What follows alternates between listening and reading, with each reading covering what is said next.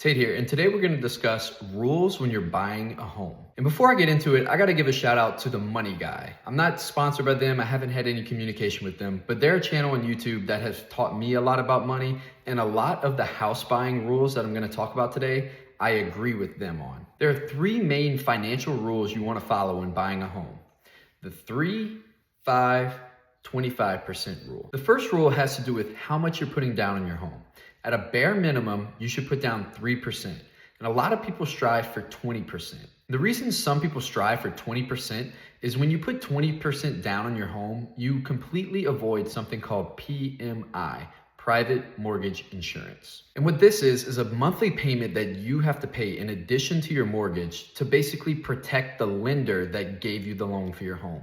Since you put down less on the home, they are taking on more risk, so they require you to make additional payments. And while for the vast majority of people, saving 20% for a home is not feasible, it could be a goal if buying a home isn't something that you're particularly interested in right now, but you have a lot of time to save up for. The second rule has to do with how long you're going to be living in your home.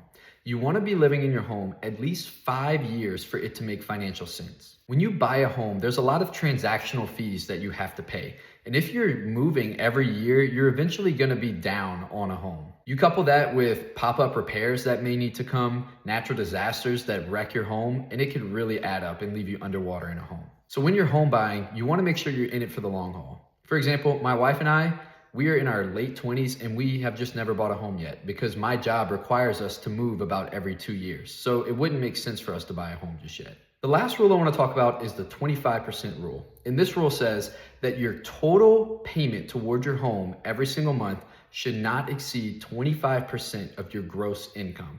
And you might see a lot of people use the 33% rule, which is a bit more common. However, that leaves a lot more risk on the table. I like to stray between the 25 to 30% rule, but I really would strive for the 25%.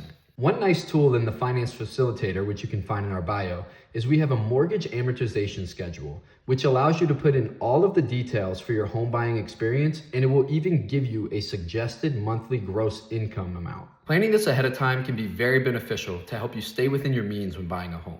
A lot of people overextend when buying a home just so that they can own a home, but what happens is they invest too much into their home and then they can't enjoy life outside of it. And one more thing, make sure that buying a home is right for you before you actually buy a home. A lot of times renting can be cheaper and less stressful. When you're renting, all you really need to pay for is the rent and the utilities and a little bit of renter's insurance. But when you own a home, you not only have the mortgage, you have property taxes, you have PMI, you might have HOA fees, and you have higher insurance on the home. Plus, you have repairs that may come up. So while buying a home can be a great way to build wealth, make sure it's right for you before you jump in. One last thing you should do before you buy a home is make sure you have at a minimum 6 months of an emergency fund saved up. And I would even teeter on the 9 to 12 month range because I mentioned earlier repairs might need to come up, and for those, when you own the home, you have to come out of pocket on it. And these are the basics of home buying. Follow these guidelines and make sure it's right for you. If you have any questions, comment them down below. And as always, if you have any personal questions that you want me to make a video about, email me at edutate.me@gmail.com and I'll get back to you. See y'all next time.